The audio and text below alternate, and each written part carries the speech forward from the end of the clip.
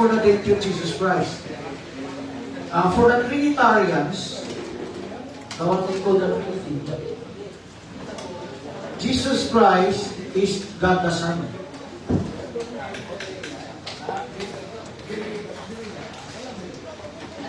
For the oneness, if you've heard about the oneness, Jesus Christ is God the Father.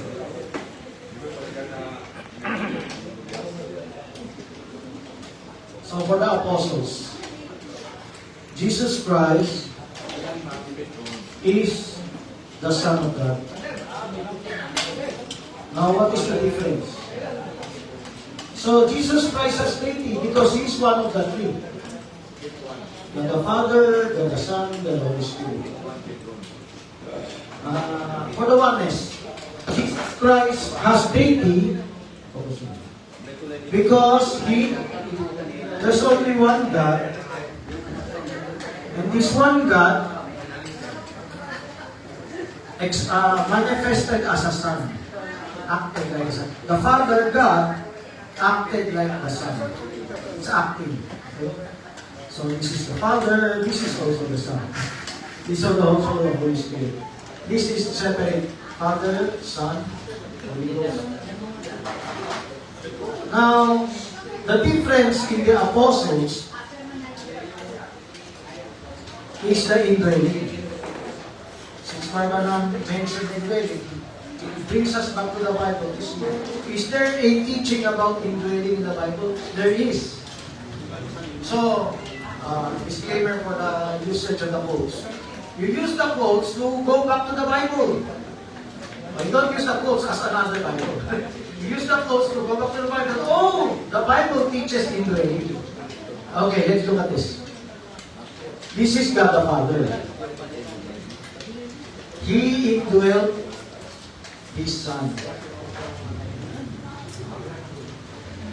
So when was His indwelling? Was it when He was a baby? For the oneness, when He was a baby, because it's He Himself. But for the apostles, the Spirit of the Father indwelt Him at His baptism. The Bible says that the prophet gave us an idea. Not because the prophet said that. It's not what the prophet said. You go back to the Bible. The Bible teaches. The Bible teaches that. So I think you know the verses, huh? The scriptures, the Spirit of the Father is breathing on the Son. So let's go much detail. What happened when the Spirit of the Father indwelt the Son? So this is what Brother Branham said. Heaven and earth came together. The dove and the lamb united as one. So, this is what happened. When Jesus Christ said, I and my Father are one, they became one. This is the part that even the prophet mentioned this, but we're not using the prophet's quote yet. This is in the Bible. This is in the Bible. I and my Father are one is not the Father pretending to be the Son. You reported the Father in the Son, but to continue that, the Father became one with the Son. The union of the Father and the Son is the plan of God for humanity because we are created as God's person. So the Spirit of God and man will become one. The Spirit of God and man become one. So this, Barbara mentioned that the Holy Ghost is a man. Jesus Christ. Imagine it's Ghost because he's a man. So that means to say, it is not just the Spirit of the Father that is the Holy Ghost. The Holy Ghost has a dual nature, just as Jesus Christ has dual nature. The Holy Ghost, as Jesus Christ was, has dual nature. The deity of Jesus Christ comes from the Father, not from His own. Jesus Christ said, I in myself can do nothing. Except what he sees the Father do that he do. The Son can do nothing of himself. What he sees the Father do that he shall do likewise. It was because of the Father in him that he can do all those things. So the deity of Jesus Christ comes from the Father. The humanity of Jesus Christ comes from his own humanity, own body, soul, spirit. So for the oneness, Jesus Christ has no human soul, has no human spirit. Only the Spirit of God. Only the Spirit, soul of God. But for the apostles in the Bible, Jesus Christ has his own human soul and human spirit. Because Jesus Christ said, the Bible said, he was troubled in spirit. When you heard about Lazarus dying, his soul was troubled, his spirit was grieved. That's a human spirit. That's not the Spirit of God. Luke chapter 2, his spirit walks strong. He walks strong in the spirit. Is that Spirit of God that walks strong? It's the spirit of man that walks strong. So the humanity side comes from the Son. The deity side comes from the Father. And these two natures become one in that body. So when they see Jesus Christ, the Jews accused him of blasphemy. Why? You're a man. How can you make yourself God? But he was not blaspheming. He was referring that God was in him. He's not introducing himself, I am your God. He's saying, I am the Son of God. I'm sent by God to do the works of God. So if you read John 10:30, I and my Father one, you read down, is it written that ye are gods, on whom the word of the Lord came? And if I say I am the Son of God, and I do the works of God, will you now stone me? You can be called gods, but I call myself Son of God, and you now stone me for the good works. Believe not that I am in the Father, and the Father in me. I am in the Father, and the Father in me. There's a clue. There's a mystery. Even the prophet mentioned this. They became one. So, where do you read that? Became one. I am in the Father, the Father in me. John 17:21. Anyone read for us? Give me microphone. Borrow sa microphone. Read for us. John 17:21. So, later I'm going to talk about the Holy Ghost. The Holy Ghost has the same nature because it's the Spirit within Christ that was poured out, and there is dual nature there in that Spirit. Later we're going to go to that. Can anyone read for us? Please let him a microphone. John 17:21. Or if no one will lend, come here. I can, since I hold the... Lend in the microphone. Okay, there's a microphone there. Okay, please read for me. Who's gonna read? Okay, please read. Open up your Bibles. John 17:21. Okay, John chapter 17, verse 21. That they all be one as thou, Father, art in me, and I in thee, that they also may be one in us, that the world may believe that thou hast sent. Malinaw. 1 Corinthians 6:17. Barbara mentioned this. I'm surprised, no? Rarely people talk about this or mention this or quote this. So we need to be better. We need to be progressive. There are certain things you haven't known about the prophet. Yes, Pastor. 1 Corinthians 6:17. But he that is joined unto the Lord is one in spirit. So what happened to Jesus Christ is what's supposed to happen to the believers. But the mystery here is, we cannot become one with God without passing through Jesus Christ. So if you read carefully, we become one with the Father in Jesus Christ. John 14:23. I will come unto them and make our abode with them. Okay, John 14:23. John chapter 14, verse 23. Jesus answered and said unto him, If a man love me, he will keep my words, and my Father will love him, and we will come unto him and make our abode with him. Okay, the Holy Ghost is not just the Spirit of the Father, like the oneness teaches. It's not another Spirit, like the Trinitarian teaches. It is the Spirit of the Father that became one with the Spirit of the Son. When did they become one?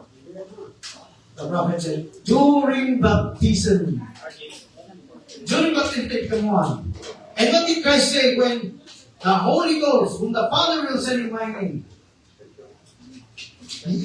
you know him, for his dwelleth with you and shall be in you.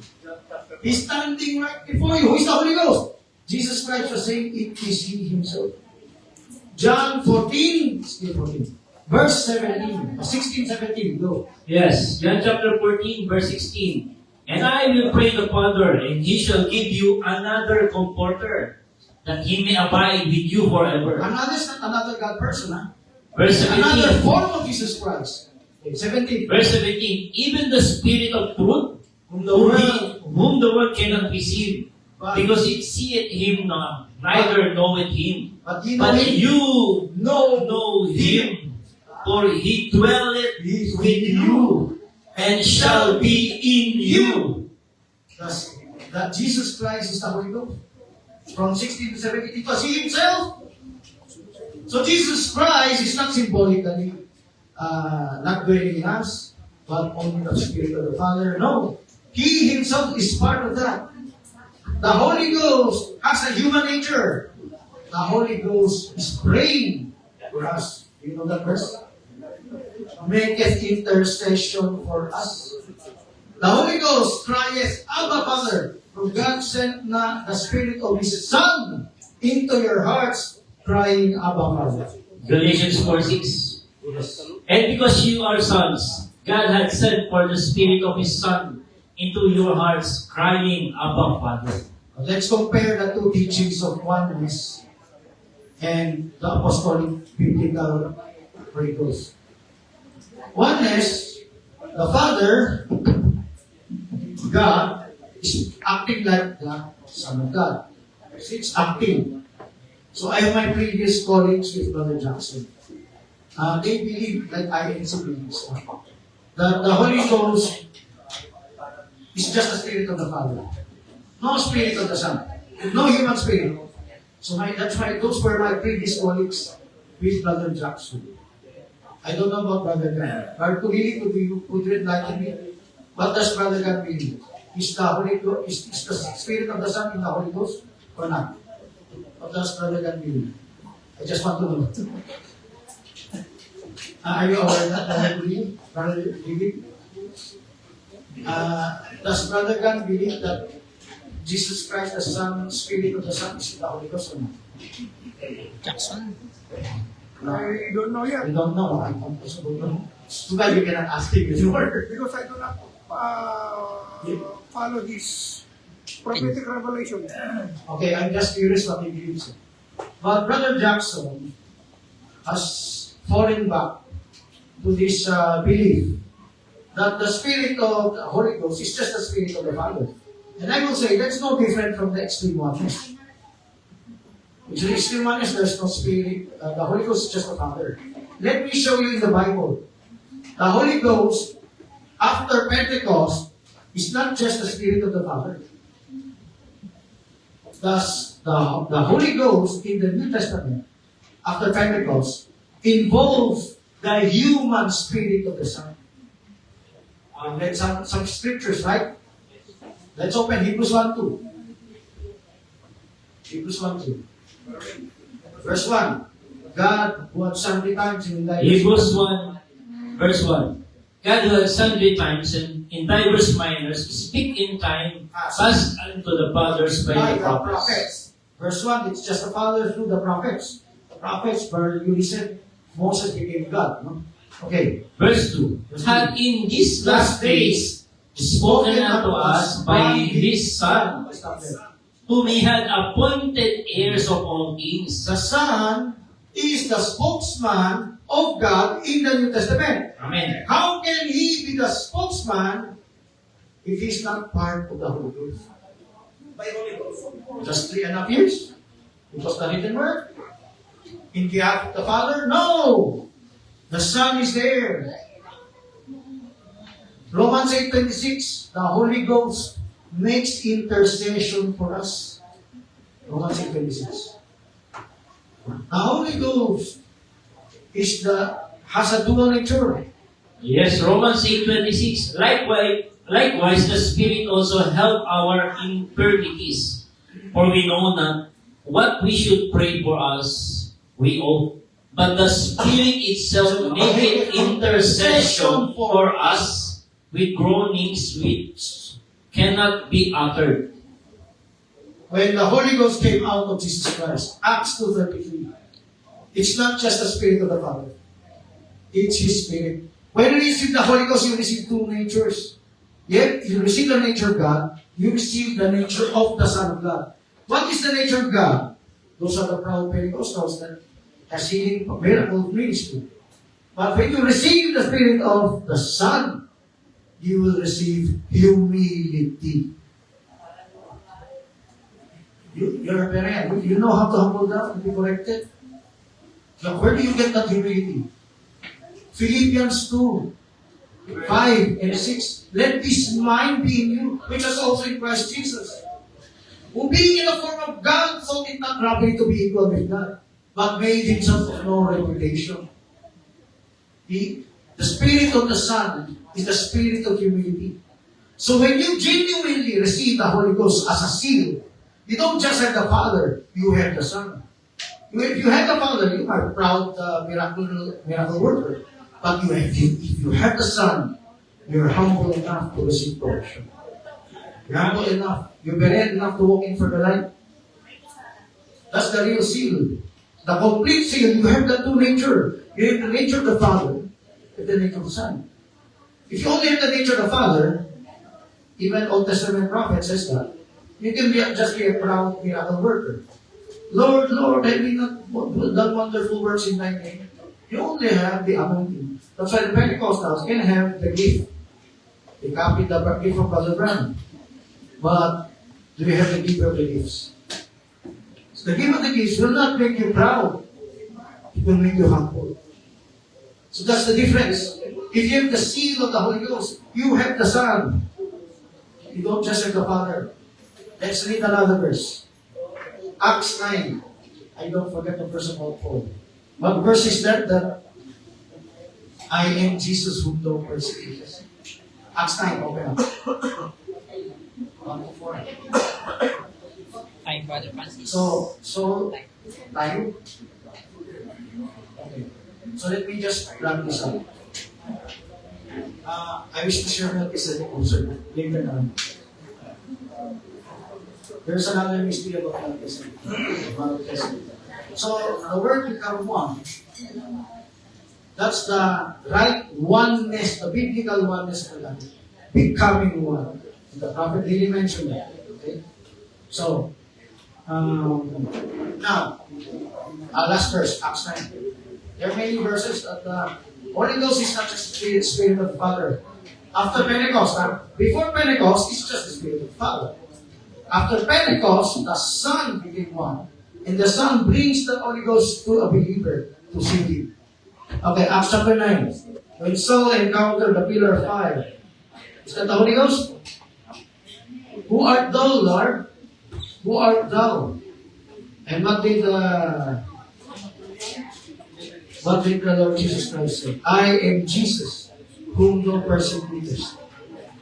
Is that the Father? Or is that the Son? Who is the one speaking? Then, I am Jesus, whom thou persecutest. Can anyone give your opinion? Please, tanong po dito. Focus here. Tanong po dito. Can you give me your answer, your opinion? Is it, in your opinion, is that Father or Son? I am Jesus, whom thou persecutest. Father or Son? Whom thou persecutest. Another here. The same pillar of fire. Father or Son? Father and Son. Amen. Okay, pero we're gonna focus on persecution. Father or Son, Brother Reynaldo? I am Jesus whom thou persecutest. Is he the Father or the Son? Son. That's yung parable. Okay, what will answer na? Oh. Biblically, you cannot persecute the Father. And when Paul was asking, who art thou? He was not thinking of the Father. He was thinking of another being aside from the Father, because he will not ask the Father, who art thou? He can ask for punishing me. But if he says, who art thou? He was not thinking of the Father. It was another being. And Jesus Christ introduced himself, I am Jesus whom you are persecuting. Who is he persecuting? The believers. And where is the Spirit of Christ? In the believers. He's persecuting Jesus Christ in the believers. So that's just one of the many examples. The Holy Ghost in the New Testament, after Pentecost, includes the Spirit of the Son. If you don't have the Spirit of the Son, you're just no different than an Old Testament prophet. There's no seal, there's no becoming one. Okay, God bless you. Question? Gusto ko magtanong sa lang. Question. Yung, Ano na? kung tama yung pagkakasabi mo, that the Holy Spirit has a dual Nature. nature. Amen. Is there a message for that? Quotation? There's a quotation that Barbara said that the Holy Ghost is the man of Jesus Christ. No, that is not my question. Okay. Because you're asking, is there a quotation there? That is what you said, that the Holy Spirit has a dual nature. The word dual nature. That's the reason why I asked. So if you ask for the word dual nature, maybe I've read it before, I couldn't remember right now. But I'm sure Barbara mentioned many times the dual nature. But I did not find it any quotation. But No, what is your biblical basis. basis? Yeah. Okay, my biblical basis, Jesus Christ said, He dwelleth with you and shall be in you. So you don't know Him, but ye know Him. The world do not know Him, but ye know Him, for He dwelleth with you and shall be in you. So He was standing in front of them. Okay. I'm sorry, I do not agree with that, but I respect. So there are many evidence of the Holy Ghost. I'm just paying top of now. So please take note, John 14:23. They 14:23, Joshua. 14:23 is John shall 14:23. be, we will make our abode in Him. We will love Him, the Father and the Son, and we will make our abode in Him. So the other scriptures, the Holy Spirit maketh intercession for us. Other scriptures, I agree with you. the Spirit of the Son, the Father sent the Spirit of His Son into our hearts, crying, Abba. I agree with John, pero okay na yun. So, Hebrews 1:2, I would like to say, in the New Testament, God speaks to us through the Holy Spirit. We don't deny that. But the Bible says it's the Son. That's the Son. Through the Son. Okay. No one goes to the Father but by me. There are many other scriptures, like when Paul said, "For though I am Jesus whom you persecute." Okay, thank you. Okay, I'm gonna wrap this up. There's no more questions. So there's no more questions. Let's give God a big hand. Brother Francis, I end up the video. Okay. End up.